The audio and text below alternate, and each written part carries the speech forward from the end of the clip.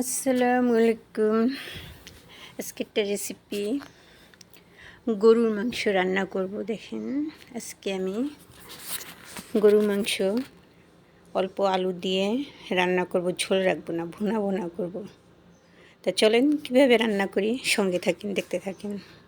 তো এখানে গরুর মাংস আমি 1 কিলো, এখানে গরুর মাংসটা সুন্দর পরিষ্কার করে রেখেছি।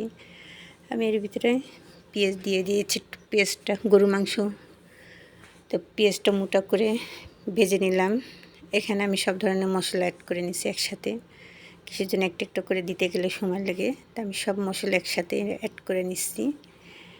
আর এখানে আমি মরিচ, পেঁয়াজ কটা, রসুন ব্লেন্ডার করে রেখেছি, লাল কাঁচামরিচও দিছি কটা। তো আমি এটা প্রথম দিয়ে দিলাম, দিয়ে একটু সুন্দর হালকা ভাজা করে নিলাম, কেননা কাঁচা মশলা তারপর কাঁচামরিচের একটা যে গন্ধটা, ওটাও চলে যাবে। তো এটা আমি সুন্দর হালকা ভেজে এখন আমি মশলাটা দিয়ে দেবো। সব ধরনের মশলা আমি এর সাথে মিক্সড করে নিচ্ছি। গরুর মাংসতে আর কি যা যা মশলা লাগে সেগুলো আমি দিয়ে দিলাম।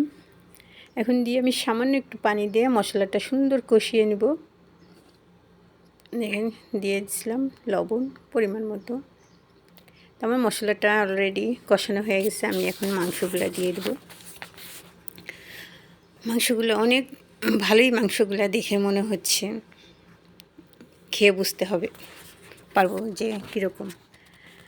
তো গরুর মাংস বলে কথা, তো একটু ঝালটা একটু বেশি দিয়েছি, একটু গরুর মাংসটা একটু ঝাল ঝাল না হলে কিন্তু আবার ভালো লাগে না। এখানে আমি কষানোর জন্যে দিয়ে দিয়েছি অলরেডি আগের থেকে অল্প পানি সেরকম দিও নাই, এই পানি দিয়ে আমি কষিয়ে নিয়েছি। এর মধ্যে আলু আমি বেশি দিই নাই, 2টে আলু দিচ্ছি পরিমাণ বুঝে, কেননা আমি মাংসটা ঝোল রাখবো না, ভুনা ভুনা খেতে মন চাইছে, তো ওটা ভুনা ভুনা, সে অনুযায়ী মাংসটায় আমি আলু পরিমাণ কম দিয়েছি। আমার কষানো শেষ, আলু দিয়ে কষিয়ে নিয়েছি। এখন আমি পানিটা দিয়ে দেবো সিদ্ধ হওয়ার জন্য বাকিটা। তো আমি এখানে পানিটা দিয়ে আমি সুন্দর ঢেকে দেবো। আমি প্রেশার কুকারে রান্না করছি, প্রেশার কুকারে এখন আমি এটা ঢেকে দেব। আমার পানি দেওয়া হয়ে গেছে। এখানে কি সুন্দর কালারটাও সুন্দর আসছে, দেখে মনে হচ্ছে খুব মজা হয়েছে, জানি না খেয়ে বলতে পারবো।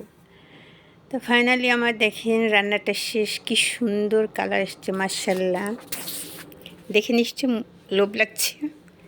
দেখেন ফাইনালি। তো আমার গরুর মাংসটা রান্না দেখে আপনাদের কেমন লাগলো কমেন্ট করে অবশ্যই জানাবেন। লাইক, শেয়ার, কমেন্ট করে দিবেন, সাবস্ক্রাইব করে দিবেন, পাশে থাকা বেল আইকনটা বাজিয়ে দিবেন। ওকে, বাই বাই, আল্লাহ।